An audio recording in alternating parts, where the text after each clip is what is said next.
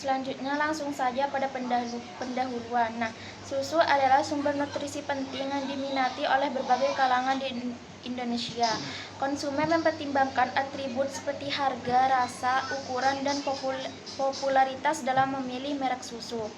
Penelitian ini menggunakan analisis korespondensi untuk mengkaji hubungan antara 4 merek susu, yaitu Ultramilk, Frisian Flag, Indomilk, dan Anlin. Dan 4 atribut utama tersebut hasilnya diharapkan membantu produsen merancang strategi pemasaran dan memudahkan konsumen dalam membeli. Adapun atribut yang saya gunakan yaitu ada 5. Bisa kalian lihat di PPT di atas. Yang pertama yaitu ada harga, varian rasa, ukuran, tingkat popularitas, dan kandungan gizi. Selanjutnya untuk produk yang saya pilih yaitu ada susu Ultramilk, susu Frisian Flag, susu Indomilk, dan susu Anlin.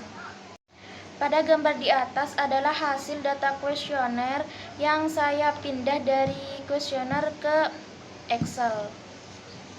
Pada tabel di atas adalah tabel koresponden yang dimana tabel ini menunjukkan frekuensi keterkaitan antara atribut harga, varian rasa, ukuran, tingkat popularitas, dan kandungan gizi. Nah, dengan berbagai merek susu yaitu Ultramilk, Frisian Flag, Indomilk, dan Anlin. Selanjutnya pada tabel yang kedua yaitu tabel row profil. Tabel ini memberikan profil baris yang menggambarkan kontribusi relatif dari setiap atribut pada masing-masing merek susu. Contohnya pada atribut harga, Ultramilk memiliki kontribusi sebesar 0,478%, sementara Anlin memiliki kontribusi yang lebih rendah yaitu 0,130%. Artinya harga lebih relevan dengan Ultramilk dibandingkan Anlin. Setiap baris dalam tabel ini juga dinormalkan agar totalnya menjadi 1 untuk setiap atribut. Selanjutnya, tabel berikutnya adalah kolom profil. Tabel ini memberikan profil kolom yang menunjukkan proporsi setiap atribut di dalam masing-masing merek susu. Misalnya pada harga untuk Ultramilk memiliki proporsi sebesar 0,275 atau 27,5%. Sementara untuk Anlin proporsi harga hanya 0,097 atau 9,7%. Ini menunjukkan bahwa Ultramilk lebih banyak diasosiasikan dengan harga dibandingkan Anlin. Nah, di setiap kolom dinormalkan sehingga total untuk setiap merek susu itu adalah 1. Selanjutnya pada tabel semari. Dimensi pertama memiliki nilai singular sebesar 0,596 dan proporsi inertia sebesar 83%, yang berarti dimensi ini menjelaskan 83% dari total variasi data. Dimensi kedua menyumbang 12,3% dari total variasi, sehingga jika digabungkan dengan dimensi pertama, kedua dimensi ini menjelaskan sekitar 95,3% dari total variasi dalam data. Nah, tabel ini juga menunjukkan bahwa uji square memiliki nilai signifikan sebesar 0,00 yang menunjukkan bahwa hubungan antara merek susu dan atribut yang digunakan dalam analisis korespondensi ini. Analisis korespondensi ini signifikan secara statistik karena 0,00 lebih besar dari 0,05. Selanjutnya, tabel overview row point. Tabel ini menunjukkan nilai skor atribut pada 2 dimensi utama yang dihasilkan oleh analisis korespondensi, bersama dengan nilai inertia dan kontribusi dari setiap dimensi terhadap total inertia. Sebagai contoh, pada harga memiliki skor sebesar 0,341 pada dimensi 1 dan min 0,216 pada dimensi 2. Dengan sebesar 0,26, nilai inertia ini menunjukkan seberapa besar atribut ini menjelaskan variasi dalam data di 2 dimensi tersebut.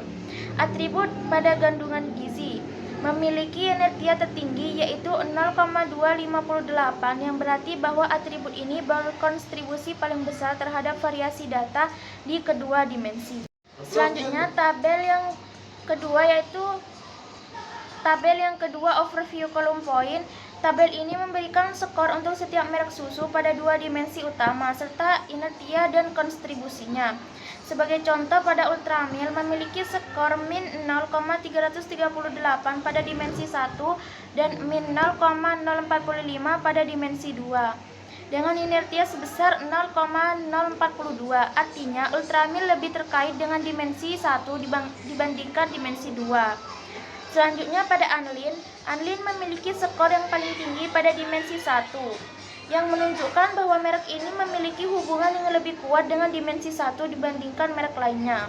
Untuk grafik yang pertama, grafik ini menunjukkan representasi visual dari atribut dalam ruang 2 dimensi dengan dimensi 1 pada sumbu horizontal dan dimensi 2 pada sumbu vertikal. Nah, atribut seperti ukuran terletak di kuadrat bawah kiri, menunjukkan bahwa atribut ini memiliki skor negatif pada kedua dimensi. Ini menandakan bahwa ukuran kurang relevan dibandingkan atribut lainnya dalam perbedaan antar merek. Selanjutnya pada tingkat popularitas. Tingkat popularitas terletak di kuadrat atas dengan nilai positif pada dimensi 2, yang menunjukkan bahwa atribut ini lebih penting dalam membedakan merek susu. Yang terakhir adalah kandungan gizi, terletak jauh di sisi kanan grafik yang menunjukkan bahwa atribut ini sangat penting dalam dimensi 1, tetapi kurang relevan dalam dimensi 2. Grafik yang kedua menunjukkan posisi merek-merek susu dalam ruang 2 dimensi hasil dari analisis korespondensi. Dengan sumbu horizontal mempresentasikan dimensi 1 dan sumbu vertikal mempresentasikan dimensi 2. Pada merek Anlin terletak jauh di sisi kanan pada dimensi 1, menunjukkan bahwa merek ini sangat terkait dengan dimensi 1. Yang kedua, Frisian Flag berada di kuadran kiri bawah dengan skor negatif pada kedua dimensi yang menunjukkan bahwa merek ini lebih lemah terkait dengan atribut yang dimodelkan dalam dimensi 1 dan 2 dibandingkan merek lainnya. Selanjutnya, tabel yang terakhir. Nah, grafik ini menggabungkan atribut di mana ditandai dengan lingkaran biru dan merek susu ditandai dengan lingkaran merah, memberikan visualisasi hubungan antara keduanya dalam 2 dimensi. Kandungan gizi terletak di kanan bawah grafik dan berdekatan dengan Anlin, yang menunjukkan bahwa Anlin sangat terkait dengan atribut ini. Selanjutnya ada tingkat popularitas, terletak di atas grafik mendekati Ultramil yang menunjukkan bahwa merek ini memiliki hubungan yang kuat dengan tingkat popularitas. Selanjutnya atribut ukuran dan harga lebih dekat dengan Frisian Flag dan Indomil. Nah, menunjukkan bahwa kedua merek ini lebih terkait dengan atribut tersebut. Selanjutnya ada atribut varian rasa yang berada di tengah, menandakan distribusi yang lebih seragam di antara beberapa merek, namun sedikit lebih dekat dengan Indomil dan Ultramil. Pada penelitian ini terdapat saran untuk penelitian lebih lanjut. Nah, penelitian lebih lanjut dapat mencakup analisis preferensi di segmen pasar yang berbeda berdasarkan usia, pendapatan, dan lokasi, serta mengeksplorasi pengaruh faktor psikologis dan sosial seperti gaya hidup dan media sosial. Metode seperti analisis conjoin dan cluster bisa membantu memahami atribut yang paling penting bagi konsumen. Selain itu, pengaruh harga dan promosi terhadap preferensi konsumen, terutama untuk merek-merek yang sering menawarkan diskon, juga bisa diteliti. Yang terakhir, penelitian tentang persepsi kualitas produk, termasuk rasa, tekstur, dan daya tahan akan memberikan gambaran lebih lengkap mengenai preferensi konsumen. Selanjutnya, kesimpulan dalam penelitian ini yaitu hasil analisis menunjukkan adanya hubungan signifikan antara atribut dan merek susu dengan nilai signifikan 0,00 yang berarti bahwa perbedaan antara merek susu dalam kaitannya dengan atribut-atribut ini. Dan atribut ini nyata dan bukan hanya kebetulan. Sekian presentasi yang dapat saya sampaikan melalui video ini. Kurang lebihnya mohon maaf. Wassalamualaikum warahmatullahi wabarakatuh.